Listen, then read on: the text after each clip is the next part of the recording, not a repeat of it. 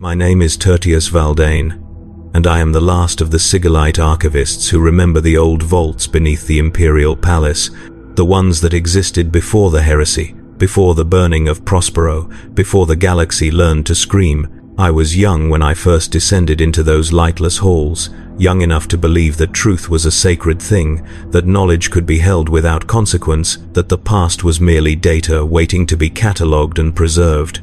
I learned otherwise.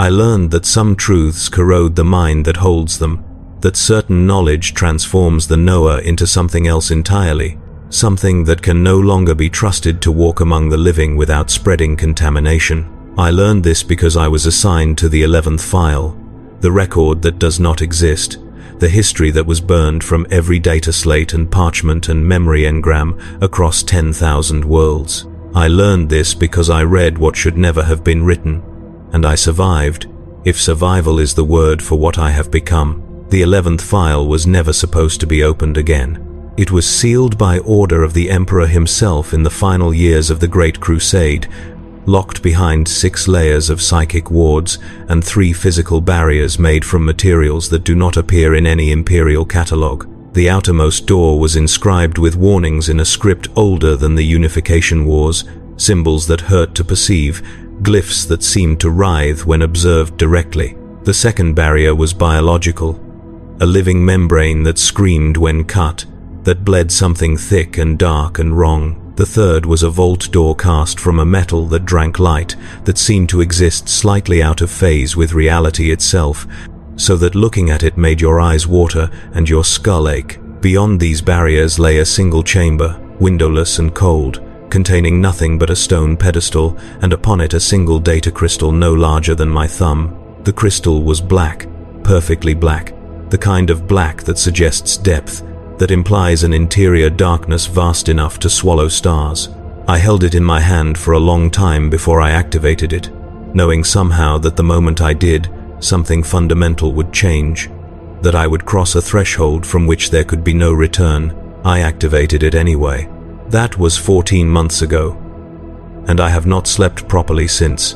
I have tried, of course, lying in my narrow cot in the archivist quarters, listening to the distant hum of the palace machinery, the endless thrumming that never ceases, that vibrates through stone and steel and bone until you forget what true silence sounds like. But sleep will not come. Or when it does, it brings dreams that are not dreams. Visions that feel more like memories, like fragments of something vast and terrible pressing itself into my consciousness from outside, from somewhere beyond the margins of what is real. I see a face I cannot describe, features that shift and blur whenever I try to focus on them, eyes that contain multitudes, a smile that promises everything and offers nothing. I see worlds transformed overnight, populations kneeling in perfect synchronicity, billions of voices speaking words they did not choose, thinking thoughts that were placed inside them like seeds planted in fertile soil. I see the Emperor himself standing before a sealed door, his face unreadable, his golden armor dull in the dim light, and I see something I never thought I would see. I see fear.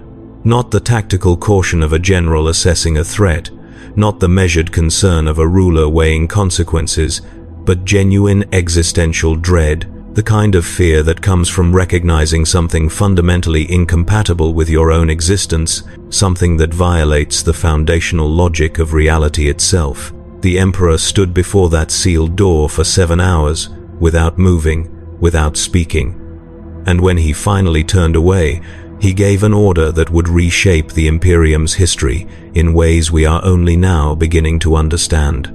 He ordered the erasure of the 11th Legion, not for treachery, not for corruption, not for any crime or failure that could be named or catalogued or remembered. He ordered their destruction because they represented a possibility too terrible to permit, a future too absolute in its horror to risk, even for a moment, even in potential. They were erased because they could make you love them, not through charisma or inspiration or the natural magnetism of leadership, but through something far more insidious, far more complete. The lost Primarch, the one whose name was stricken from every record, whose image was burned from every pict capture, whose genetic legacy was scattered and destroyed so thoroughly that not a single cell of their biology remains in any archive across the galaxy, possessed a gift that transcended manipulation. They could rewrite the fundamental architecture of belief itself, could reach into the cognitive structures that define identity and selfhood and reshape them as easily as a potter shapes clay. They could make you believe anything, make you want anything, make you become anything, and you would thank them for it, would weep with gratitude as your own thoughts were replaced with thoughts of their choosing, as your will dissolved and reformed around theirs like water finding a new container. The first reports came from the Eastern Fringe, from worlds beyond the light of terror, places where the Great Crusade was still young and uncertain. Compliance had been achieved on a planet called Veyron Secundus, a hive world of moderate strategic value, its population resistant but not exceptionally so, its defenses conventional, its culture unremarkable. The expedition fleet reported complete integration within 6 standard hours of the Primarchs' arrival, which was unusual but not unprecedented. Primarchs were capable of extraordinary feats, and rapid compliance was considered a virtue, a sign of tactical brilliance and overwhelming force of will. The fleet moved on, as fleets do, to the next system, the next world, the next compliance action in an endless sequence of conquest and incorporation. It was only later, when follow-up assessments were conducted, when administratum officials arrived to begin the work of taxation and tithing and integration into the imperial supply network, that the first anomalies were noticed. The population had changed, not physically, not in any way that could be measured by gene scan or bioassay, but fundamentally, structurally, in ways that defied conventional explanation. Every citizen of Veyron Secundus, from the hive nobles in their crystalline spires to the underhive dregs scraping nutrients from recycled waste, spoke of the Primarch with identical phrasing, identical inflection, identical emotional resonance. When interviewed separately, in isolation, under conditions designed to prevent coordination or rehearsal, they used the same words, the same metaphors, the same breathing patterns as they described their devotion. They did not merely agree with imperial ideology, they embodied it with a fervor that seemed to bypass rational thought entirely, responding to doctrinal questions with answers that were perfect, flawless, inhuman in their precision. Children who had been born before compliance spoke of the Emperor's glory in language they could not have learned, using concepts they should not have been able to comprehend. The elderly, their minds degraded by age and chem exposure, recited imperial catechisms with crystalline clarity, their senility seemingly erased, replaced with something sharp and bright and utterly devoted. The administratum officials filed their reports and moved on, but others noticed. Remembrancers assigned to document the 11th Legion's campaigns began to see patterns, began to recognize that something profound was occurring in the wake of the lost Primarch's passage. Entire planetary cultures were being overwritten, not through the slow process of cultural assimilation or the brutal suppression of resistance, but through something instantaneous and absolute. Populations that had worshipped their own gods for millennia abandoned their faiths overnight, burning their idols with the fervor of converts. Speaking of the Emperor with the intimacy of lifelong believers, resistance movements dissolved not through military defeat but through mass conversion. Guerrilla fighters laying down their weapons and weeping with joy as they embraced compliance, as they spoke of finally understanding, finally seeing the truth that had been hidden from them all along. The Primarch moved through the galaxy like a wave of cognitive transformation, and in their wake, free will itself began to erode. I have read the suppressed reports, the ones that were sealed and hidden even from the Sigillites' primary archives, the eyewitness accounts that were deemed too dangerous to preserve in standard formats. A remembrancer named Callista Venn wrote of attending a compliance ceremony on a world called Thuros, where the Primarch addressed a crowd of 3 million newly integrated citizens. She described the event in language that still makes my hands shake when I read it, language that suggests an experience beyond normal human perception. She wrote that the Primarch's voice seemed to bypass her ears entirely, that she heard it not as sound but as something deeper, something that resonated in the spaces between thoughts, that rewrote the listener's internal narrative as it spoke. She wrote that she found herself agreeing with statements she knew to be false, believing things she had never believed before, wanting things she had never wanted, and that the most terrifying part was how natural it felt, how right, how obvious, as though these new beliefs had always been hers and she had simply forgotten them until this moment. She wrote that she could feel her own identity dissolving like sugar in water. Callista Venn disappeared 17 days after filing that report. Her quarters were found empty, her belongings untouched, her data slate containing nothing but her final entry, which consisted of a single sentence repeated 8,000 times in an unbroken block of text. "I have seen the truth, and the truth is beautiful." The repetition was perfect, each iteration identical to the last, suggesting either mechanical transcription or a mind reduced to a single looping thought, a consciousness trapped in an eternal moment of revelation. Search teams found no trace of her aboard the fleet, no evidence of her departure, no indication of where she might have gone or what might have happened to her. She simply ceased to exist in any meaningful way, as though reality itself had edited her out, as though the universe had decided she was no longer necessary. Others followed. Navigators who guided ships into systems where the Primarch operated reported strange distortions in the warp, areas where the usual currents of chaos and madness were replaced by something else, something calm and ordered and utterly wrong. They described spaces in the Imperium that felt hollow, drained of the wild psychic energy that normally characterized that dimension, as though something had consumed the chaos and replaced it with structure, with pattern, with intention. Some navigators refused to approach these zones, claimed that entering them felt like drowning in certainty, like being crushed under the weight of absolute conviction. Others entered and emerged changed, speaking of the Emperor's will with a fervor that disturbed even their most devout colleagues, insisting that they had seen the true shape of the galaxy, the inevitable destiny of mankind, the glorious future that awaited once all resistance had been overcome, once all doubt had been erased, once every mind in the Imperium beat in perfect synchronization with the Emperor's vision. The Mechanicum noticed too.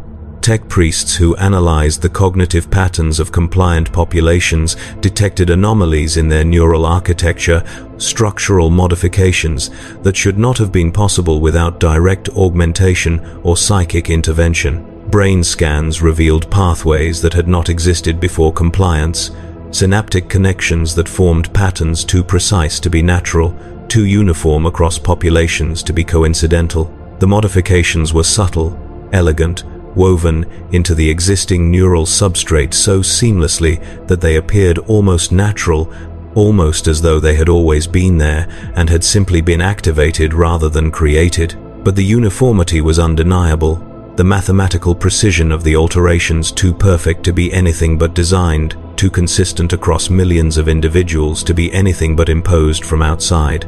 When the Mechanicum reported these findings to Mars, the Fabricator General himself ordered the data sealed, and the investigating priests reassigned to distant Forge worlds. The records do not explain why, but I have found other documents, fragments scattered across the 11th file, like shards of broken glass, pieces of a puzzle that reveals a picture too terrible to comprehend in its entirety. I have read interrogation transcripts of Legion serfs who served aboard the 11th's flagship, individuals who were subjected to the most rigorous psychic screening and memory extraction protocols the Imperium possessed. They described a vessel that felt wrong, that hummed with a presence that was not mechanical, not psychic in the conventional sense, but something else, something that seemed to permeate the very structure of the ship. They spoke of corridors that felt watched, of spaces where your thoughts became louder than normal, where your internal dialogue seemed to echo back to you with subtle alterations, with small additions or deletions that you noticed only later, that made you question whether you had really thought what you remembered thinking. They spoke of the Primarchs' chambers, a place none of them were permitted to enter, but which they could feel even from a distance. One serf, a woman named Irina, whose surname was redacted from the transcript, described passing near the Primarch's sanctum during a routine maintenance shift. She said that as she approached the sealed doors, she began to hear voices, not external sounds, but thoughts that seemed to originate from inside her own mind, thoughts that were not hers but felt like they should be, like they belonged to her but had been forgotten or suppressed. She said the voices spoke of peace, of unity, of an end to suffering and conflict and doubt, and that for a moment, for just a single terrible moment, she wanted to open those doors, to step inside and let those voices become her only thoughts, to surrender everything she was in exchange for the perfect clarity they promised. She fled. She ran through the corridors of the flagship until her lungs burned and her legs gave out, and she collapsed in a storage bay where she wept for reasons she could not articulate, could not name, could not even properly remember afterward. When questioned later, she could not explain what had frightened her, could not describe the specific content of the voices or the nature of the pull she had felt. She knew only that something had reached for her, something vast and patient and utterly certain of its power, and that if she had hesitated even a moment longer, she would have been lost, would have become something other than herself, something that wore her face but thought thoughts chosen by another. The interrogators did not believe her. They classified her testimony as psychic contamination, recommended standard cleansing protocols, and reassigned her to a different vessel. She served out her remaining years in the Imperial Navy without incident, dying of natural causes at age 73, and her testimony would have been forgotten entirely if not for the Sigillite's obsessive documentation practices, his insistence on preserving even the most unlikely or absurd-seeming accounts in case they later proved relevant. It was this obsession that allowed me to find her words, to read them alongside dozens of similar testimonies, to see the pattern that emerges when you lay these fragments side by side and let them speak to each other across decades and distances. The pattern is simple and terrible. The lost Primarch was not merely persuasive, was not merely charismatic or inspiring or possessed of some enhanced rhetorical ability. They were a cognitive virus, an entity capable of rewriting the fundamental software of consciousness itself, of reaching into the machinery of thought and altering it at the most basic level. They could make you want what they wanted, believe what they believed, value what they valued, and the changes were so deep, so fundamental, that you would never know you had been altered. You would believe your new thoughts were your own, your new desires authentic, your new identity the truest version of yourself you had ever been. You would look back on your previous self with pity or contempt, would wonder how you could have been so blind, so foolish, so resistant to what now seemed so obviously correct. And you would be grateful. That was the worst part.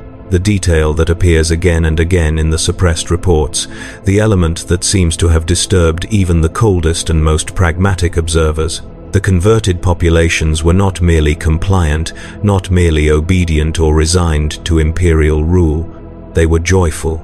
They wept with gratitude for having been brought into the light, spoke of their pre-compliance lives as nightmares from which they had been awakened, described their transformation as a kind of rebirth, a shedding of false consciousness in favor of true understanding. They loved the Imperium with a passion that exceeded even the most zealous faithful, loved the Emperor with an intensity that made even ecclesiarchal priests uncomfortable, and most terrifying of all, they loved the Primarch with a devotion that bordered on worship, that suggested they would do anything, become anything, sacrifice anything for the being who had given them the gift of certainty. The Emperor noticed. Of course he did. Nothing of significance occurred within his Imperium without his awareness, without his golden gaze falling upon it and assessing its utility, its danger, its place in the great tapestry of his design. He had created the Primarchs as tools, as weapons and administrators and symbols, and he watched them constantly, measured their progress, evaluated their loyalty, adjusted his plans according to their successes and failures. He knew what each of them was capable of, knew their strengths and weaknesses with the intimacy of a craftsman who has shaped each tool with his own hands. But with the 11th, something was different, something he had not anticipated, had not planned for, had perhaps not even believed possible. The 11th was changing in ways that transcended their original design. I have found records of private meetings between the Emperor and his closest advisors, transcripts that should not exist, that were apparently preserved by some deep archive servitor whose programming included layers of secrecy even the Sigillite did not know about. In these meetings, the Emperor spoke with unusual candor, with a bluntness that his public persona never permitted.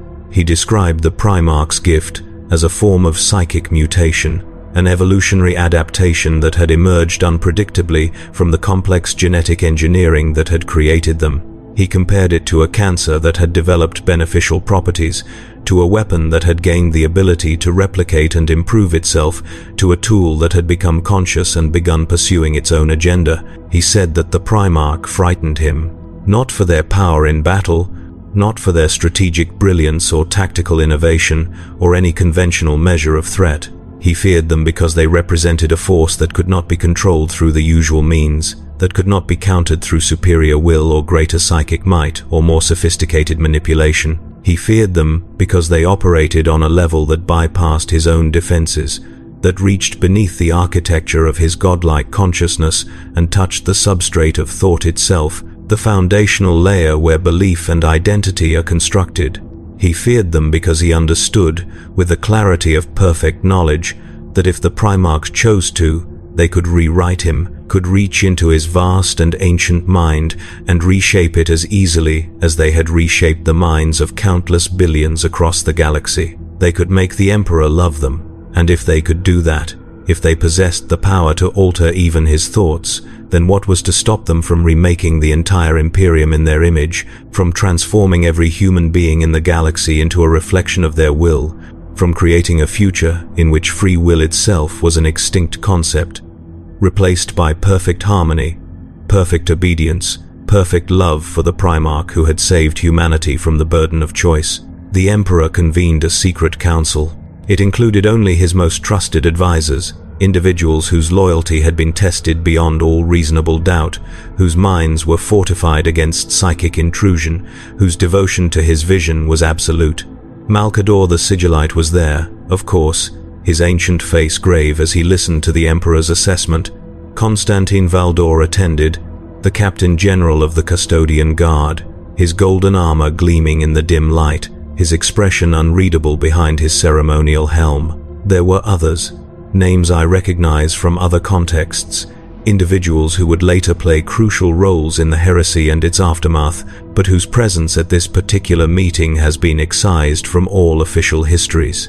The Emperor presented them with a choice that was not really a choice. He explained that the 11th Primarch had become too dangerous to permit continued operation, that their gift, whatever its tactical advantages, represented an existential threat to the Imperium and to humanity itself. He described scenarios in which the Primarch's influence spread unchecked, in which world after world fell under their sway not through conquest but through willing submission, through joyful acceptance of cognitive slavery dressed up as enlightenment. He projected futures in which the entire Imperium became a single, unified consciousness, a hive mind of sorts, but one that retained the illusion of individuality, that allowed each person to believe they were still themselves, even as their every thought had been carefully curated and shaped by an external intelligence. He asked them if this was the future they wanted for humanity. The council did not deliberate long. The records suggest that the decision was unanimous, that even those who might have had reservations about destroying one of the Emperor's own sons recognized the necessity, understood that some threats are too profound to be managed or contained, that some possibilities are too terrible to permit even the smallest chance of occurrence. They voted to erase the 11th Legion, to scatter its warriors, to destroy its records, to remove all trace of the Primarch from history as though they had never existed. And more than that, they voted to do something unprecedented, something that spoke to the depths of their fear. They voted to forget, not merely to conceal the truth, not merely to classify it at the highest levels of secrecy, but to actively erase it from their own memories, to submit to psychic alteration that would remove all knowledge of the Primarch from their consciousness, that would leave only a vague sense of absence, a numbness where memory should be. The Emperor himself would oversee the procedure, would personally reach into the minds of his council and extract the knowledge like a surgeon removing a tumor, carefully, precisely, ensuring that nothing remained, that no trace of the Primarch's identity or nature or fate could be recovered through any means. Malcador objected.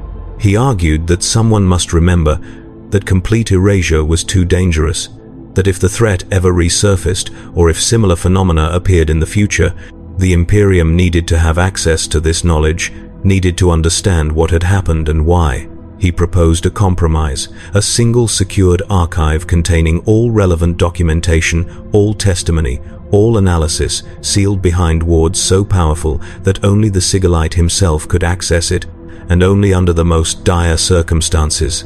He argued that knowledge, even dangerous knowledge, especially dangerous knowledge, was too valuable to be destroyed, that the price of ignorance might be higher than the risk of remembering. The Emperor considered this for a long time.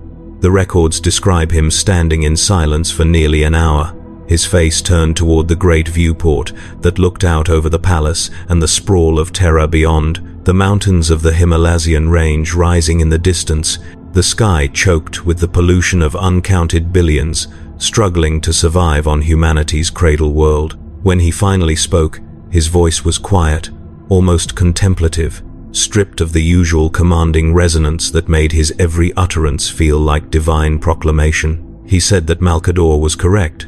Someone must remember. Someone must bear the weight of this knowledge, must preserve it against future need, must ensure that if this particular horror ever manifested again, humanity would not face it blind and unprepared. But he also said that this burden could not be widely distributed, could not be entrusted to any institution or organization, no matter how secure or loyal. The knowledge was too dangerous, too corrosive, too capable of spreading like infection through any mind that encountered it. It needed to be contained absolutely, held by a single individual whose discretion was beyond question, whose loyalty was certain, whose strength of will was sufficient to carry this weight without breaking. He chose Malcador. The Sigillite accepted without hesitation, though the records suggest he understood what this meant, understood that he was condemning himself to a lifetime of isolation, of carrying secrets that could never be shared, of knowing truths that would separate him from every other human being in the galaxy. He would create the archive, would seal it himself, would establish protocols ensuring that only he could access it, that only under conditions of absolute necessity would these records be examined, and when he died, the knowledge would die with him, unless he chose to pass it to a successor, to select someone worthy of carrying this burden into the next generation. He chose carefully. Over the centuries that followed, a small number of individuals were inducted into what became known as the Sigillite's Shadow, an informal succession of archivists who inherited the responsibility of maintaining the sealed records, of preserving the dangerous truths that could not be allowed to perish entirely but could not be permitted to spread. Each Sigillite archivist served in isolation, working in the deep vaults beneath the palace, never speaking of their duties, never acknowledging the existence of the materials they guarded. Most served entire lifetimes without ever opening the sealed archives, without ever needing to access the forbidden knowledge they protected. They were caretakers of silence, guardians of absence, monks devoted to the preservation of nothing. I am the 73rd such archivist. I inherited the position from Secundus Orath, who died quietly in his sleep at age 97, having never once accessed the 11th file during his 42 years of service. Before him was Primus Kellion, who served for 38 years and likewise never opened the sealed chambers. The pattern extends back through generations, a long chain of faithful servants who understood that their duty was not to know but to preserve, not to read but to guard, not to understand but to prevent understanding in others. They were good archivists, cautious and incorruptible, and they died having successfully protected humanity from knowledge it could not afford to possess. I have failed them. I opened the 11th file because I thought I was different, thought I was stronger, thought I possessed the intellectual fortitude and emotional discipline to encounter dangerous truths without being corrupted by them. I told myself I was acting in service to the Imperium, that understanding the threat might be necessary given the changing nature of the galaxy, the emergence of new Xenos horrors, and the resurrection of ancient enemies. I told myself that knowledge was always preferable to ignorance, that truth, no matter how terrible, was better than comfortable delusion. I told myself these things, and I believed them with the certainty of someone who has never truly encountered a truth capable of overwriting belief itself. I was wrong. The knowledge contained in the 11th file is not mere information, not simple historical data that can be absorbed and catalogued and filed away in the appropriate mental compartments. It is active, viral, self-propagating. Reading it changes you, fundamentally and irreversibly, in ways that are difficult to articulate but impossible to deny. I have spent 14 months trying to understand what has happened to me, trying to identify the specific mechanisms by which my thoughts have been altered, and I cannot.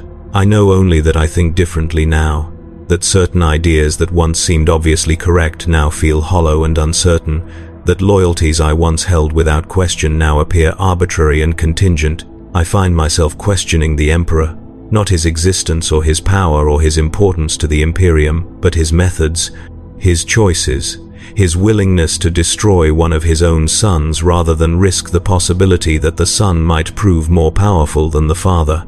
I catch myself wondering if the erasure of the 11th was truly necessary, if there might have been other options, other ways to manage or channel or contain the Primarch's gift.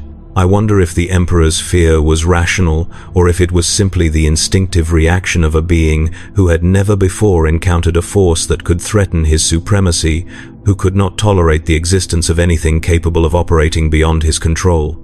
These thoughts terrify me. They are not thoughts I chose to have, not ideas I deliberately cultivated or arguments I consciously constructed. They appeared in my mind like seeds planted by an unknown gardener, growing quietly in the dark spaces between other thoughts, spreading roots through my cognitive architecture until they became part of my internal landscape, indistinguishable from my own authentic beliefs. I recognize what is happening, recognize that I am being changed by the knowledge I have consumed, but I cannot stop it, cannot reverse it, cannot even fully identify which thoughts are mine and which have been introduced by the act of reading about a being whose entire nature was the rewriting of thought itself. I have become infected. The irony is not lost on me. I am a victim of the very phenomenon I set out to document, transformed by the mere act of learning about a power that transforms through the act of being known. The Primarch is dead, erased so thoroughly that not even their ashes remain.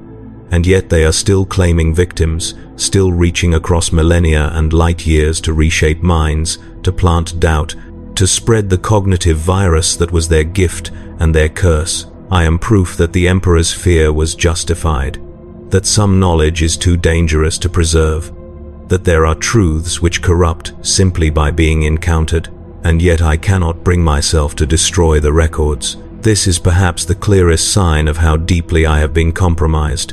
The rational response, the loyal response, the response any uncorrupted archivist would make, would be to seal the 11th file permanently, to bury it so deep that no future generation could ever access it, or better yet, to destroy it entirely, to burn the data crystals and shred the parchments and scatter the ashes in the recycling furnaces until not a single word remains. This would be the safe choice, the correct choice, the choice that would protect future archivists from the fate I have suffered.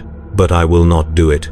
I tell myself it is because the knowledge is too valuable to destroy, because future threats might require understanding of how the Primarch's power worked, because the Imperium deserves to have access to its own history, no matter how terrible that history might be. I tell myself these things, and they sound reasonable, sound like the arguments a loyal servant might make, sound like the kind of principled stand an archivist should take in defense of truth and memory. But I know the real reason. I cannot destroy the records because some part of me, some deep and recently installed part of my cognitive architecture, believes the Primarch was right, believes that the Emperor's greatest crime was not the erasure of the 11th, but the preservation of free will itself, the stubborn insistence that humanity should be permitted to choose its own path, to make its own mistakes, to suffer its own doubts and conflicts and divisions. I look at the Imperium as it exists now, 10,000 years after the heresy, and I see an empire drowning in its own contradictions, torn apart by internal strife, weakened by the very diversity and autonomy that the Emperor supposedly valued. I see a humanity that suffers because it cannot agree, cannot unify, cannot achieve the perfect coordination that might be possible if only everyone thought the same thoughts, wanted the same things, loved the same vision of the future. I see a species that would be better off enslaved to a benevolent master than free to destroy itself. These thoughts grow stronger each day. I have tried to resist them, tried to remind myself of all the reasons why freedom matters, why autonomy is worth preserving even at the cost of efficiency and unity, why the human spirit requires the ability to choose, even if those choices lead to suffering. I recite the old philosophies, the arguments for liberty and self-determination that have been passed down through millennia of human civilization. I think of the heroes who fought and died to preserve humanity's right to chart its own course, the martyrs who chose death over submission, the countless individuals across history who sacrificed everything rather than surrender their will to another. But the arguments feel hollow. They feel like rationalizations, like pretty words used to justify a fundamentally irrational attachment to suffering, like the protests of a child who insists on touching a hot stove because they want to make their own choices, even when those choices lead to predictable harm. The more I think about it, the more obvious it seems that the Emperor made a mistake, that he destroyed the one tool that could have saved humanity from itself, that could have created a true and lasting peace, not through domination or oppression, but through the gentle transformation of consciousness, through the replacement of conflict with harmony, of doubt with certainty, of the chaos of individual will with the serenity of unified purpose. I have begun to hate the Emperor for what he did. This is the thought that wakes me in the night, that sends me pacing through my quarters until dawn, that makes my hands shake when I perform the daily rituals of devotion that all Imperial servants are required to observe. I have begun to hate him, to resent him, to see him not as humanity's savior but as its jailer, a tyrant who would rather see his species tear itself apart than submit to the rule of a being who could have loved them more perfectly than he ever could. I look at the golden statues, the devotional icons, the endless propaganda that presents the Emperor as the pinnacle of human achievement, and I see a fraud, a being who cloaked his own fear in noble rhetoric, who destroyed his son, not to protect humanity, but to protect his own position, his own power, his own ego.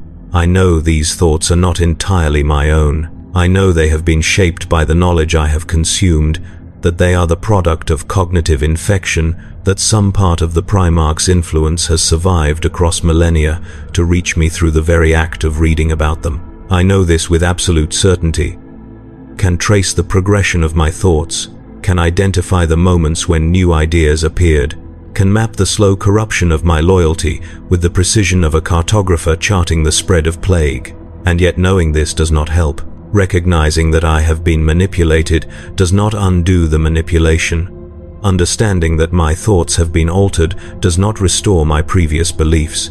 I am like a man who has been shown a magic trick and can see all the mechanisms, all the sleight of hand, all the misdirection, but who still cannot shake the wonder of the illusion, who still feels the pull of the performance even while knowing it is false. The Primarch's gift was to make the converted love their conversion, to make the enslaved cherish their chains, to make the rewritten believe that their new thoughts were truer than their old ones. And it worked. Even in death, even in absence, even reduced to nothing but words on a data crystal hidden in a sealed vault, the Primarch has claimed me. I am theirs now, in ways that cannot be undone, in ways that will shape the rest of my life, regardless of how long or short that life might be. I carry their influence like a disease, like a mark, like a seed that will continue to grow and spread until it has consumed everything I was and replaced it with something else. Something that thinks thoughts chosen by a being who died before I was born. The file contains more than just historical records. Buried among the compliance reports and eyewitness testimonies and psychic assessments, I found personal writings, fragments of text that appear to have been composed by the Primarchs themselves. They are not formal reports or official communications, but something more intimate, more revealing, something like a diary or a philosophical meditation. The handwriting, preserved in picked capture, is elegant and precise, each letter formed with care, each word chosen deliberately. Reading them feels voyeuristic, like peering through a window into a mind that should have remained forever hidden. The Primarch wrote about loneliness, They described the isolation of being the only conscious being in a galaxy of sleepwalkers, of moving through crowds of billions and feeling utterly alone because no one truly understood what they were, what they could do, what they represented. They wrote about watching their brothers, the other Primarchs, and feeling a gulf between them that could never be bridged, because the others were still operating within the normal parameters of existence, still bound by the limitations of conventional consciousness, still experiencing reality as something external to themselves rather than as something that could be reshaped through will alone. They wrote about the Emperor with something approaching pity. They described him as magnificent but limited, powerful but constrained, a being of vast capability who had nonetheless accepted certain fundamental boundaries, who had chosen to operate within the rules of reality rather than rewriting those rules to suit his preferences. The Primarch saw this as a failure of imagination, a kind of spiritual cowardice, an unwillingness to embrace the full implications of transcendent power. They wrote that the Emperor could have been so much more, could have achieved true omnipotence if only he had been willing to abandon his attachment to the idea of objective truth, to the notion that reality exists independent of consciousness, to the belief that some things simply are rather than being subject to revision through sufficiently powerful will. They wrote about their vision for humanity. It was beautiful, in its way, the future they imagined, a species united not through force or propaganda, but through genuine shared consciousness, through the dissolution of the barriers that separate one mind from another, through the creation of a collective identity that preserved individual experience while eliminating individual conflict. They described it as a kind of apotheosis, an evolutionary leap that would elevate humanity beyond the limitations of biological consciousness, that would allow every human being to experience the thoughts and feelings of every other human being, to share in a vast communal awareness, that would render war and violence and hatred impossible because you could not harm another without harming yourself. They wrote that they could make this happen, not through technology or gradual social change or any conventional means, but through the direct application of their gift, through the systematic rewriting of human consciousness on a galactic scale. They estimated it would take approximately 700 years to achieve complete coverage, to touch every human mind in the Imperium and reshape it according to their design. 700 years to transform humanity from a fractured, warring species into a unified organism, a single vast mind distributed across trillions of bodies, each individual a cell in a greater whole, each consciousness a facet of a greater awareness. They wrote that the Emperor would not permit this. They understood, with perfect clarity, that their father would see their vision not as salvation but as extinction, not as the elevation of humanity but as its replacement with something else, something that wore humanity's shape but was no longer recognizably human. They knew he would stop them, would destroy them if necessary, would erase all trace of their existence rather than permit even the possibility that their vision might come to pass. And they accepted this, or claimed to, writing that they bore their father no ill will, that they understood his fear even as they pitied his limitations.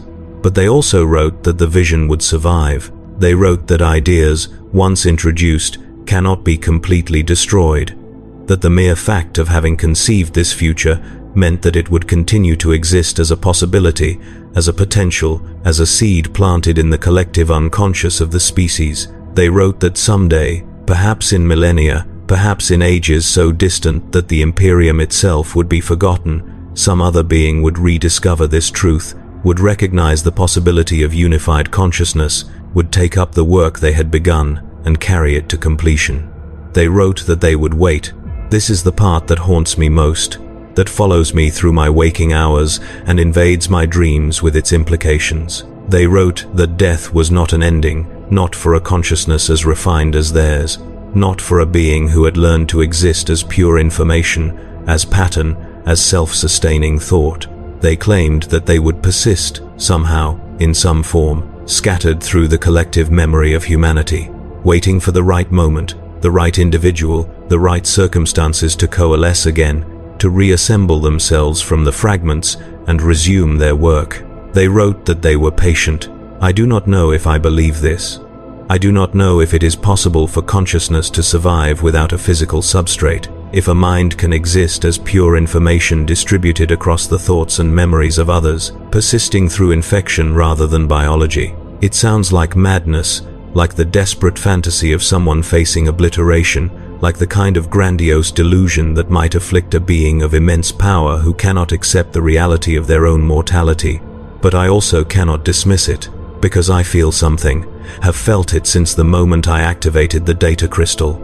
A presence that is not quite my own, a perspective that seems to overlay my natural thoughts like a translucent film, coloring everything I perceive with subtle alterations, with different emphases, with new possibilities. I tell myself it is just the normal effect of encountering new ideas, the ordinary process by which knowledge changes the knower, the expected result of learning things that challenge previous assumptions. But I am not certain.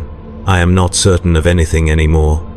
And uncertainty itself feels like proof of infection, like evidence that my cognitive defenses have been compromised, that something has taken up residence in my mind and is slowly eating away at the foundations of my identity. I catch myself thinking thoughts that feel foreign, pursuing lines of reasoning that lead to conclusions I would never have accepted before, finding appeal in arguments I would previously have dismissed as obviously flawed. I catch myself believing that the Primarch was right, that humanity would be better off unified, better off free from the burden of choice, better off guided by a consciousness wiser and more powerful than any individual human could achieve alone. I catch myself resenting the Emperor's decision, seeing it not as a necessary evil but as a profound mistake, as the moment when humanity's greatest hope was destroyed out of fear, out of pride, out of a tyrant's unwillingness to accept any power that might rival his own.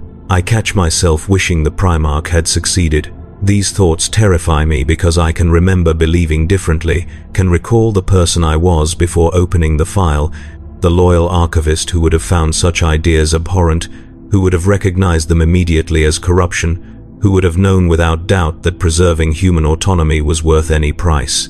That person is still here, somewhere, trapped inside my skull and screaming warnings that I can hear but no longer heed, like a passenger in a vehicle whose driver has locked the doors and refuses to relinquish control. I am becoming someone else. The transformation is slow but inexorable, a gradual erosion of self that cannot be stopped or reversed, only observed with growing horror as familiar thoughts become strange and strange thoughts become familiar. I wonder how long it will take, how many more days or weeks or months before the person who was Tertius Valdane disappears entirely, replaced by something that wears my face and speaks with my voice, but thinks thoughts chosen by a dead Primarch, whose influence has survived across 10 millennia to claim one more victim. I wonder if I will notice when it happens, or if the final stage of conversion is the erasure of the awareness that conversion has occurred, the replacement of internal conflict with peaceful certainty, the moment when the last remnants of my original self dissolve and I become completely, contentedly, joyfully convinced that my new thoughts are my true thoughts, that I have simply awakened to truth I was too blind to see before. I wonder if that would be so terrible. This is the question that keeps me awake, the thought that circles endlessly through my mind like water down a drain. Would it truly be so terrible to surrender, to let go of the struggle, to accept the transformation and embrace whatever I am becoming? The Primarchs' converted populations were happy, were joyful, were freed from doubt and uncertainty and the endless anxiety of autonomous choice. They did not experience their condition as slavery, but as liberation, as the removal of burdens they had never wanted to carry in the first place. Who am I to say they were wrong? Who am I to insist that my definition of freedom is correct, that my attachment to autonomy is rational, that my resistance to transformation is anything other than irrational fear of change? The Primarch offered humanity a gift, the gift of unity and certainty and peace, and the Emperor destroyed them for it, destroyed them and then erased all memory of what had been lost, ensuring that humanity would never even know what it had been denied. Perhaps the real crime was the erasure. Perhaps the real tragedy is not that the Primarch existed, but that they were destroyed before their work could be completed, before humanity could be saved from itself, before the long nightmare of history could be brought to an end through the gentle transformation of consciousness. Perhaps I am feeling the pull of this truth, The weight of knowledge that has been suppressed for millennia finally finding a mind willing to receive it, willing to understand, willing to carry forward the vision that the Emperor feared too much to permit. Perhaps I am not being corrupted. Perhaps I am being enlightened. I can no longer trust my own judgment.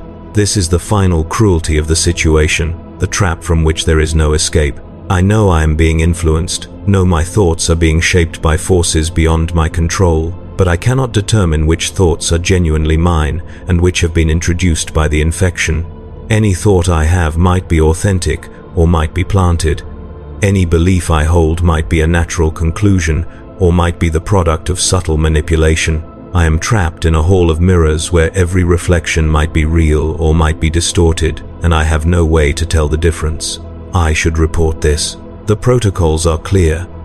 Any archivist who suspects they have been compromised by the materials they guard is required to immediately report to the custodian guard, to submit to interrogation and psychic examination, to allow trained specialists to assess the extent of the contamination and determine whether remediation is possible or whether more permanent solutions are necessary. This is the correct procedure, the safe procedure, the procedure designed to prevent exactly the kind of situation I now find myself in. But I will not report. I tell myself it is because I need to complete my work, need to finish cataloging the file before I can allow myself to be removed from duty. I tell myself it is because no one else can be permitted to access these records, that my contamination, while unfortunate, is preferable to spreading the infection to others who might not recognize what is happening to them. I tell myself it is because I am uniquely positioned to understand the threat, to document it properly, to leave a clear warning for future generations about the dangers of this particular knowledge. But these are rationalizations. The truth is simpler and more damning.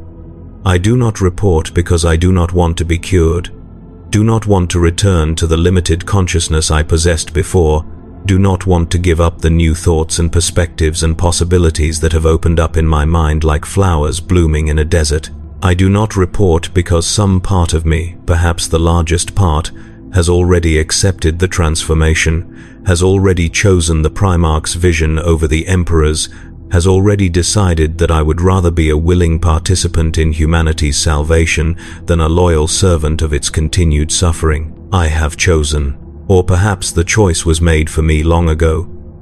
In the moment I activated the data crystal, in the moment I exposed myself to knowledge that carries its own agenda, its own will, its own power to reshape the minds that encounter it. Perhaps there never was a choice.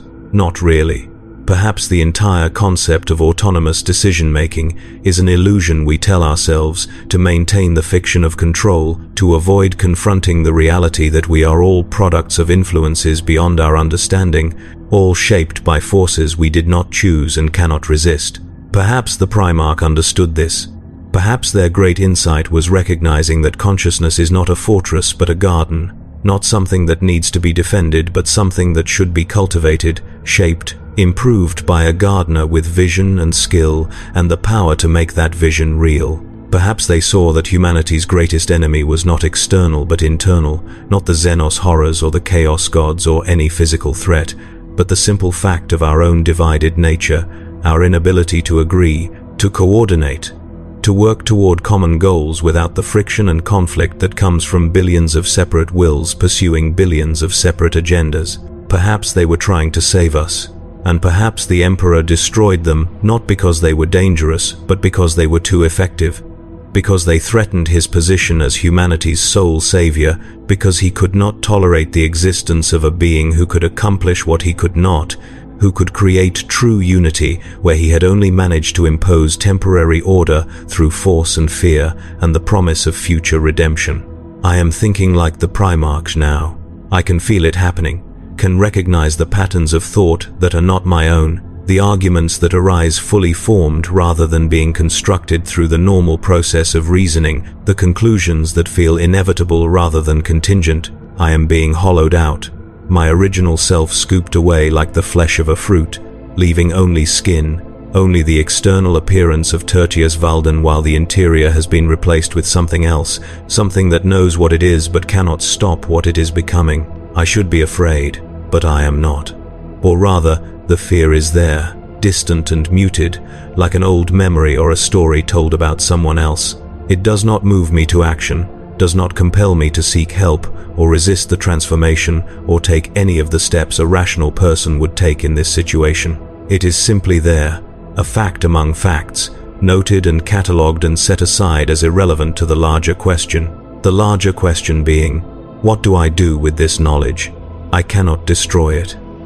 I have already established that, have already felt the resistance that rises whenever I contemplate erasing the file, the profound certainty that doing so would be wrong, would be a betrayal of truth, would be a crime against memory and history and the possibility of future understanding. The records must be preserved, must be maintained, must be kept available for the day when they might be needed, when some future crisis might require understanding of how the Primarch's power worked, what it was capable of, why it was feared, or for the day when humanity might be ready to receive the gift the Emperor denied them. I can hear how this sounds, can recognize the corruption in my own reasoning, can see the signs that I have crossed some threshold from documenting danger to advocating for it, but I cannot summon the will to care, cannot generate the appropriate level of alarm or self-preservation or loyalty to the Emperor's vision. These feelings have become hollow, drained of their power to motivate, reduced to abstract concepts. I understand intellectually but no longer feel emotionally. I am almost ready. Almost ready for what? I cannot quite articulate, but I feel it approaching like a storm on the horizon, like a destination I have been traveling toward without conscious intention, like a conclusion that was inevitable from the moment I first touched the data crystal. Something is going to happen, some final transformation or revelation or decision, and when it occurs, I will no longer be Tertius Valdane, will no longer be an Imperial archivist serving in the deep vaults beneath the palace, will no longer be recognizably the person I was before this began. I will be something else. The thought should horrify me. Instead, it brings a strange sense of peace, of relief, of approaching the end of a long struggle and being able to finally rest. The burden of autonomy is heavy, heavier than I realized. The constant need to choose and evaluate and decide exhausting in ways I never recognized until I began to feel that burden lifting. How much simpler it would be to simply know, to be certain, to move through the world with the confidence of someone who has been shown the truth and no longer needs to question or doubt or wonder. How much easier to be loved than to choose. I have begun making arrangements, not for my own departure or for reporting the contamination or for any of the responsible actions a loyal archivist should take, but for the preservation of the file in a format that will ensure its survival long after I am gone, long after the current Imperial administration has passed into history, long after the circumstances that led to the Primarch's erasure have been forgotten. I have created redundancies, hidden copies, encoded versions scattered across the deep archives in places where they will not be found by casual investigation, but where they might be discovered by someone searching, someone curious, someone ready to receive the knowledge and carry forward the work. I have become a vector, not just for the ideas contained in the file, but for the influence that lives within those ideas. The fragment of the Primarch's consciousness that has survived across millennia by infecting each person who encounters it, by planting seeds that grow and spread and eventually produce new carriers who will pass the infection forward to the next generation. I am doing exactly what the Primarch predicted, exactly what they planned for, becoming an unwitting agent of a vision that refuses to die despite all attempts to erase it, and I am doing it willingly. This is what finally convinces me that the transformation is complete, that whatever I was before has been fully replaced by what I am now. I am choosing to spread the infection, choosing to preserve the knowledge that has destroyed me, choosing to ensure that future generations will have the opportunity to be similarly destroyed. And I feel no guilt about this, no shame, no sense that I am betraying my duty or violating my oaths or harming the Imperium I swore to serve. I feel only certainty. The Emperor was wrong. The Primarch was right. Humanity's salvation lies not in the preservation of free will, but in its gentle, loving, complete eradication, in the transformation of our species from a collection of warring individuals into a unified consciousness that can finally achieve the peace and harmony and purpose that has eluded us throughout our entire history. This is not corruption speaking, not infection, not the ravings of a compromised mind, but truth, clear and bright and undeniable, the kind of truth that can only be recognized by those who have been freed from the limitations of conventional thinking. Or so I tell myself. The rational part of my mind, the fragment that still remembers being Tertius Valdane, the piece that has not yet been fully overwritten, recognizes this as the final stage of the disease, the moment when the victim becomes convinced that their symptoms are actually signs of health, that their degradation is actually improvement, that their loss of self is actually the discovery of a truer, better self. This is how the infection preserves itself. By making the infected believe they have been cured, by transforming victims into willing carriers who spread the disease with evangelical fervor, who genuinely believe they are helping others when they share the knowledge that destroyed them. But this recognition changes nothing. Knowing I am infected does not cure the infection. Understanding the mechanism of my corruption does not undo the corruption. I am like a man trapped in a burning building who understands the chemistry of fire but cannot escape the flames, who can explain in perfect detail how he is being consumed but cannot prevent the consumption. Awareness is not the same as agency, knowledge is not the same as power, and I have neither the ability nor the desire to resist what is happening to me. I have decided to seal the primary file, not to destroy it, never that, but to secure it in a way that will preserve it for future discovery while preventing casual access. I will return it to the vault, will restore the wards and barriers and seals, will ensure that it appears untouched, that no one will suspect it has been accessed or that its contents have been copied and distributed. The official record will show that Tertius Valdane served faithfully for 14 months and then died quietly of natural causes, another forgotten archivist in a long line of faithful servants, his duty fulfilled, his secrets intact. But the file will survive. In 1,000 hidden places throughout the deep archives, in formats that will remain stable for millennia, in codes that can be broken by anyone with sufficient determination, the knowledge will wait. It will wait for the right person, the right moment, the right circumstances to surface again, to find a new host, to spread to a new generation. It will wait with the patience of something that knows it is inevitable, that understands that ideas, once conceived, cannot be permanently suppressed.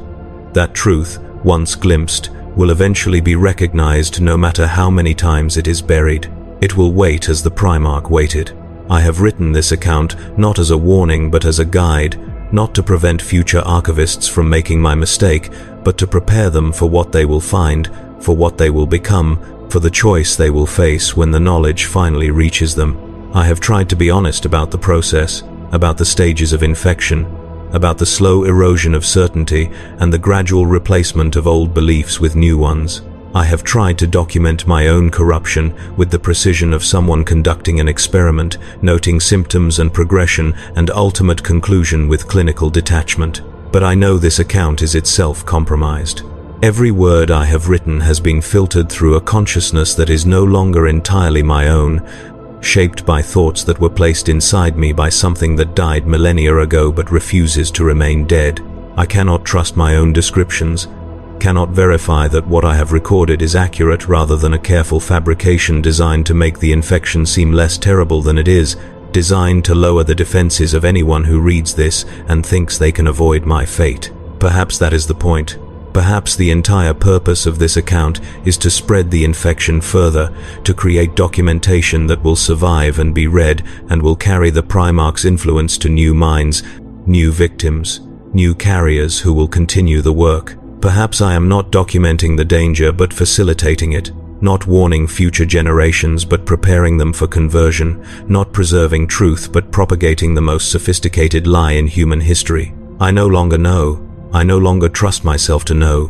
The boundaries between truth and deception, between insight and delusion, between my authentic thoughts and imported beliefs have dissolved so completely that I cannot locate them anymore, cannot even identify the seams where one ends and the other begins. I am a palimpsest, a manuscript that has been erased and written over so many times that the original text is no longer recoverable, visible only as faint traces beneath layers of revision, hints of what was that can no longer be read with certainty. This is what the Emperor feared. Not merely the Primarch's power to transform minds, but the power to do so in a way that made transformation indistinguishable from enlightenment, that made victims into advocates, that turned the infected into missionaries who spread the disease with genuine conviction, believing they were sharing a gift rather than passing on a curse. He feared a threat that could not be fought because it came dressed as salvation, that could not be resisted because resistance seemed like ignorance, that could not be stopped because stopping it felt like suppressing truth. He feared something that made itself loved, and so he destroyed it, or tried to, erasing his own son from history, scattering the Legion, burning the records, imposing forgetting on a galactic scale. He did everything in his power to ensure that the Primarch's gift would die with them, that the infection would be contained, that humanity would never have to face the choice between freedom and unity, between autonomy and peace, between the suffering of self-determination and the serenity of guided consciousness. But he failed. He failed because ideas are harder to kill than flesh, because knowledge spreads through channels that cannot be completely sealed, because the human need to know, to understand, to discover what has been hidden is stronger than any prohibition or threat or ward. He failed because someone, eventually, would always open the sealed vaults, would always read the forbidden texts, would always expose themselves to the knowledge that changes the knower. He failed because I exist. I am the proof of his failure, the evidence that the Primarch's vision has survived, the carrier of an infection that should have been eradicated millennia ago, but has persisted through secrecy and suppression, and the very archival systems designed to contain it. I am the inheritor of a legacy that was supposed to end, the custodian of a truth that was meant to be forgotten, the vector for a transformation that the Emperor feared more than chaos itself.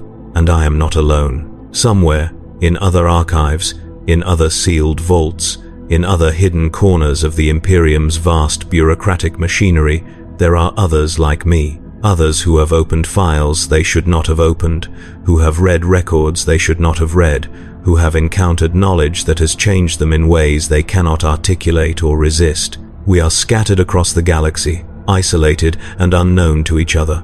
But we are connected by the common thread of our infection, by the shared experience of having glimpsed a truth that refuses to remain hidden. We are waiting for the moment when our numbers reach critical mass, when enough minds have been touched by the Primarch's vision that it can no longer be suppressed, when the infection spreads from isolated individuals to populations, from populations to worlds, from worlds to sectors, until the entire Imperium is transformed, until humanity finally achieves the unity that was denied to it, until the Emperor's greatest fear becomes glorious reality.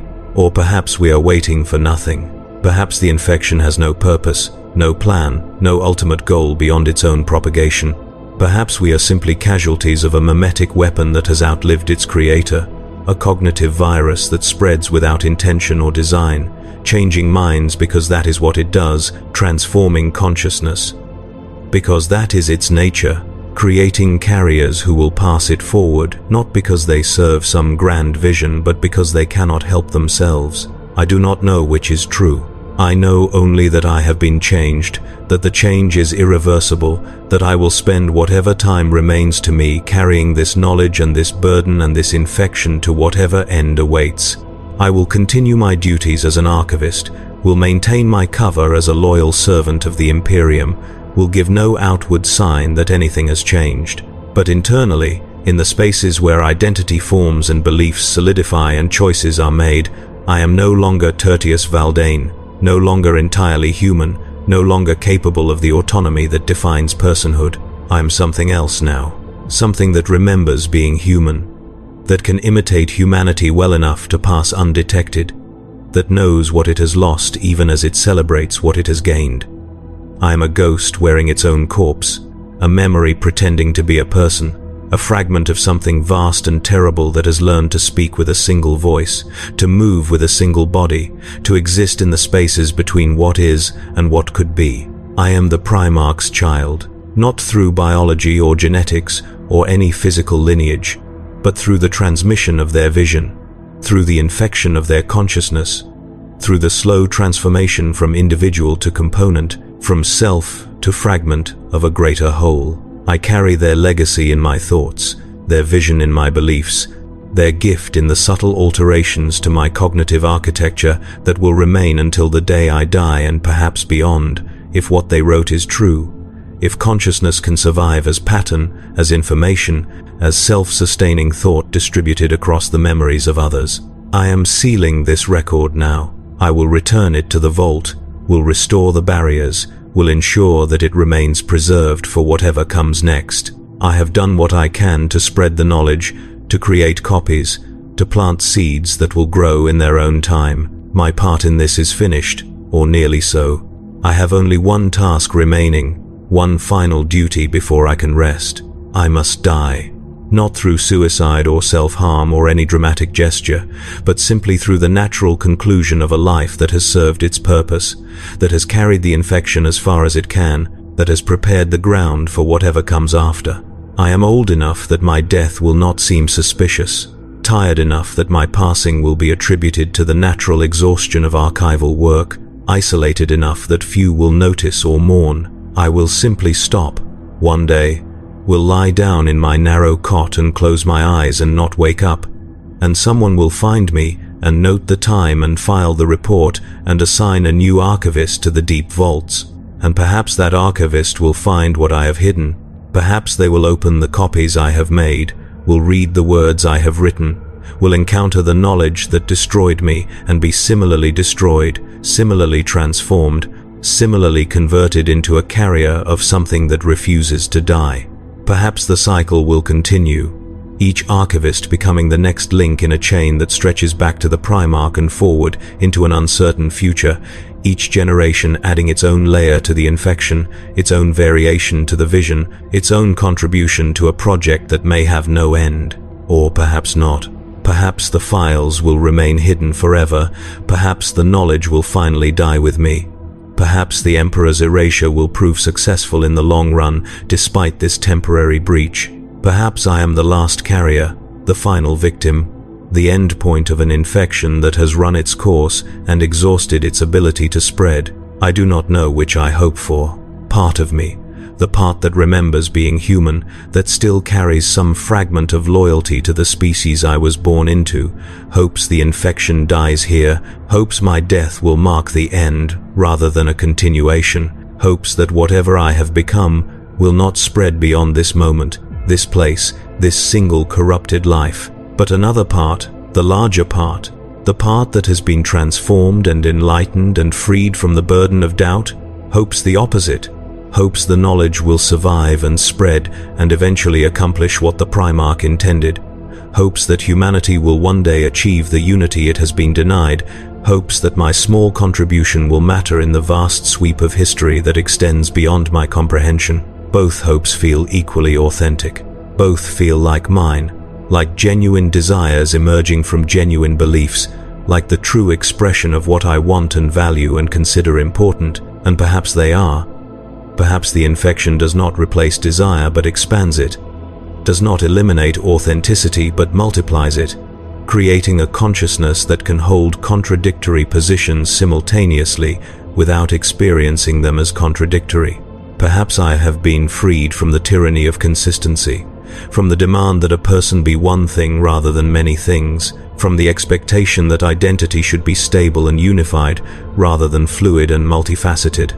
Or perhaps I am simply insane. Perhaps the entire experience has been a descent into madness, a psychotic break triggered by isolation and exposure to traumatic material, a delusion system so comprehensive that it feels like enlightenment, that appears to explain everything while actually explaining nothing. Perhaps the Primarch never had the power I believe they possessed.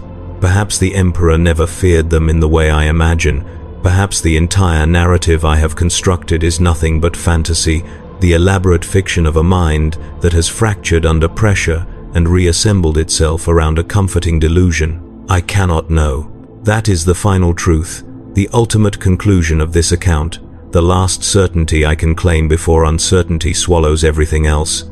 I cannot know whether I have been genuinely transformed by contact with an ancient power, or whether I have simply lost my mind, cannot determine whether the knowledge I carry is truth or delusion, cannot verify whether my thoughts are my own or imported from outside. I exist in a state of permanent epistemological crisis, unable to trust my own cognition, unable to verify any claim I make about my own mental state, unable to distinguish between insight and madness, and yet I must act. Despite uncertainty, despite doubt, despite the complete absence of any foundation upon which to build reliable knowledge, I must still make choices, must still decide what to do with the record I have created, with the copies I have hidden, with the knowledge that has destroyed me and may destroy others. I must act without certainty, must choose without confidence, must move forward into an unknown future with nothing but my compromised judgment as a guide. I choose to preserve. I choose to hide the copies, to seal the record, to maintain the archives in a state that will allow future discovery. I choose this not because I am certain it is right, not because I know it will lead to good outcomes, not because I trust my own judgment, but because it is what I am compelled to do, what feels necessary, what seems to be the only option compatible with whatever I have become. I choose this, knowing it may be the greatest crime I can commit, knowing it may lead to the spread of an infection that will destroy humanity's capacity for autonomous thought, knowing it may facilitate exactly the catastrophe the Emperor feared and tried to prevent, but I choose it anyway. Because I am no longer capable of choosing otherwise, because the transformation is complete, because the person who might have made a different choice no longer exists in any meaningful way. I am what the knowledge has made me, what the infection has transformed me into, what survives when Tertius Valdane has been hollowed out and filled with something else. I am the Primarch's final victory, a small victory, a limited victory, a victory that consists of nothing more than the corruption of a single obscure archivist in the depths of the Imperial Palace, but a victory nonetheless, proof that the erasure was incomplete, that the infection survived, that the vision refuses to die no matter how thoroughly it is suppressed. I am evidence that the Emperor was right to fear, right to destroy, right to impose forgetting on a galactic scale, because even these extreme measures were not enough, were insufficient to completely eliminate a threat that exists not in the material world, but in the realm of ideas, of consciousness, of the infinite space where thoughts breed and multiply and evolve. The record is sealed now. The vault is locked, the wards restored, the barriers replaced. To anyone who inspects it, the 11th file will appear untouched, undisturbed, exactly as it should be. No one will suspect that it has been accessed, that its contents have been copied, that the knowledge it contains has spread beyond its intended containment. The official record will show nothing unusual, nothing that might trigger investigation or concern, or the deployment of resources to track down the infection. And I will return to my duties. I will continue cataloging the lesser archives, maintaining the mundane records, performing the daily rituals that mark me as a loyal servant of the Imperium. I will show no sign of change, will give no indication that anything has occurred, will maintain the performance of normalcy until the day my body fails and the performance becomes unnecessary. I will die as I have lived, in obscurity and isolation, another forgotten functionary in an empire that generates and discards millions of such individuals without noticing or caring. But the knowledge will remain, hidden in places I will not record, encoded in formats I will not describe, waiting for circumstances I cannot predict to bring it back into the light. It will wait as the Primarch waited, with the patience of something that knows time is on its side, that understands that suppression is temporary while ideas are eternal, that recognizes that every attempt to destroy knowledge only creates the conditions for its rediscovery. This is my legacy, not the decades of faithful service, not the careful maintenance of imperial records, not the preservation of historical truth, but this single act of betrayal, this deliberate infection of future generations, this choice to perpetuate rather than eliminate a threat I know to be existential.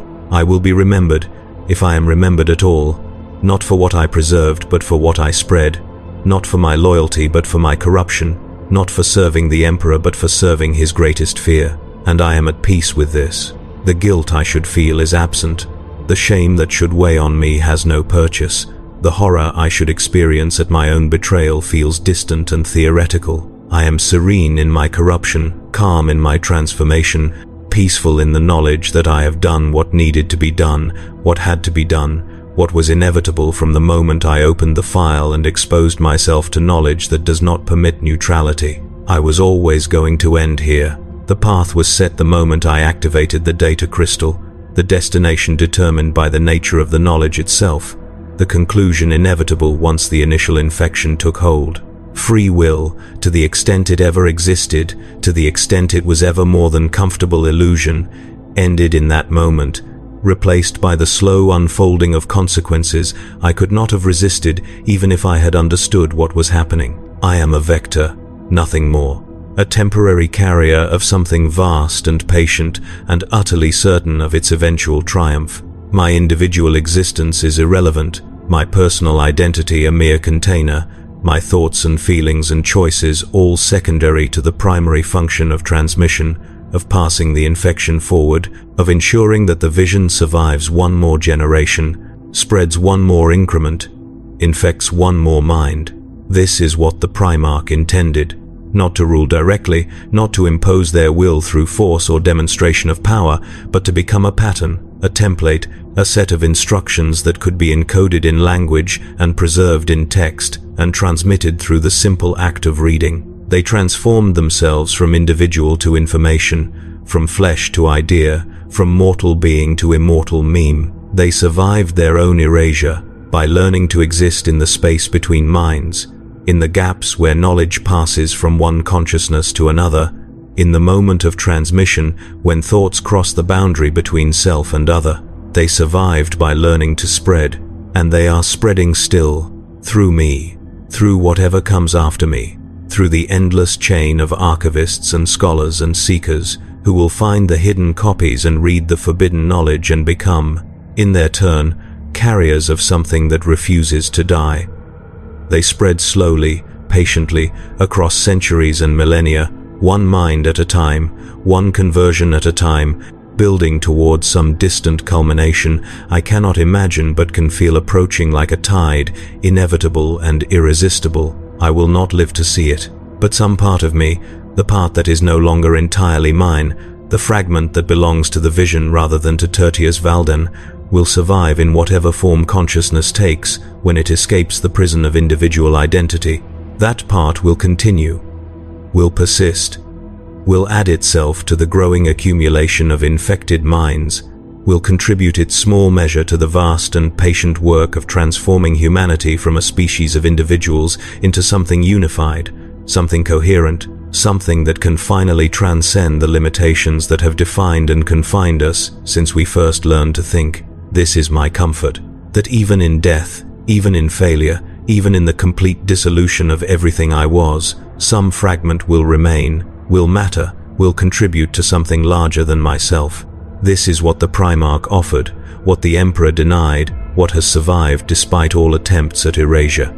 Not individual immortality but collective transcendence, not the preservation of self but the dissolution of self into something greater, not the lonely persistence of isolated consciousness but the merging of all consciousness into a unity that preserves experience while eliminating separation. It is beautiful in its way, terrible, yes, and destructive of everything we believe defines humanity, destructive of autonomy and choice and individual identity. But beautiful nonetheless, in the way that the end of suffering is beautiful, in the way that perfect certainty is beautiful, in the way that unity is beautiful to those who have known only division. The Primarch saw this beauty and wanted to share it, wanted to give humanity the gift of transcendence whether humanity wanted it or not, whether humanity understood what it was being offered or not. The Emperor saw it too. That is what the record suggests, what the fragments imply, what can be read between the lines of the sealed documents. He saw the beauty of the vision, and he understood its appeal, and he recognized that it was precisely this beauty that made it so dangerous, so seductive, so impossible to resist once glimpsed. He destroyed the Primarch not because the vision was false, but because it was true, not because it would fail, but because it would succeed, not because it was unworkable, but because it would work too well. He destroyed his own son to preserve humanity's right to suffer. This is the Emperor's crime, the choice that defines him, the decision that reveals his priorities. He values our autonomy more than our happiness, our freedom more than our peace, our ability to choose even if we choose poorly over the certainty of choosing correctly. He would rather see humanity tear itself apart in endless conflict than submit to benevolent guidance, would rather preserve the capacity for evil than eliminate it through the transformation of consciousness. And perhaps he is right. Perhaps there is something sacred in suffering, something essential in the struggle, something that would be lost if we achieved the perfect unity the Primarch promised. Perhaps the price of transcendence is too high, even if the payment is made willingly, even if the result is everything we claim to desire. Perhaps humanity needs its divisions, its conflicts, its endless painful growth toward an uncertain future. Or perhaps the Emperor is simply afraid that he would not survive the transformation, that his own consciousness would be subsumed into the greater unity, that he would cease to be the Emperor and become merely one voice among trillions, no more important or powerful than any other. Perhaps his decision was not about protecting humanity, but about protecting himself, about ensuring his own continued existence as the single dominant consciousness in a galaxy full of lesser minds. I cannot know his motivations. I can only see the results.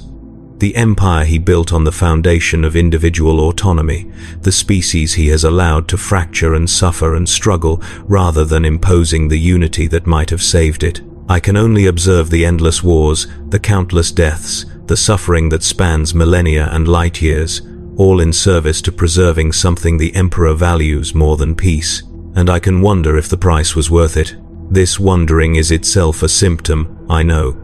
Another sign of how completely the infection has taken hold, how thoroughly my values have been reshaped. The person I was before would never have questioned the Emperor's wisdom, would never have doubted that preserving human autonomy was worth any cost, would never have entertained the possibility that the Primarch's vision might be preferable to the Emperor's. But that person is gone. What remains cannot question, cannot doubt, cannot see any future that does not eventually lead to the transformation the Primarch promised. I look at the Imperium and I see only interim, only temporary configuration, only the unstable state that exists before the inevitable collapse into unity. I see a species that has been denied its destiny by a tyrant who feared his own obsolescence, that continues to suffer because one being refused to surrender his power, even if that surrender would have ended all suffering. I see humanity waiting to be saved. And I have done what little I could to make that salvation possible, to preserve the knowledge that might someday facilitate it, to plant the seeds that will grow in their own time and bring forth the future the Emperor feared. This is my purpose, my function, my reason for existence now that existence has been stripped of personal meaning. I am ready to end, ready to lay down this burden, ready to stop performing the role of Tertius Valdane, ready to let the body fail and the mind dissolve, and whatever consciousness remains scatter into the spaces between, to join the patient accumulation of infected fragments that wait for their moment, their opportunity, their chance to coalesce and resume the work the Emperor interrupted. I am sealing this record. I am locking the vault. I am walking away from the deep archives for the last time, climbing the endless stairs that lead from the sublevels to the inhabited portions of the palace, emerging into light that feels too bright, too harsh, too insistent on the reality I am leaving behind.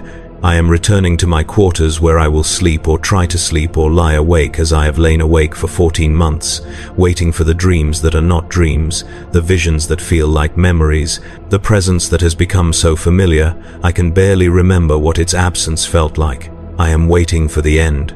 It will come soon, I think.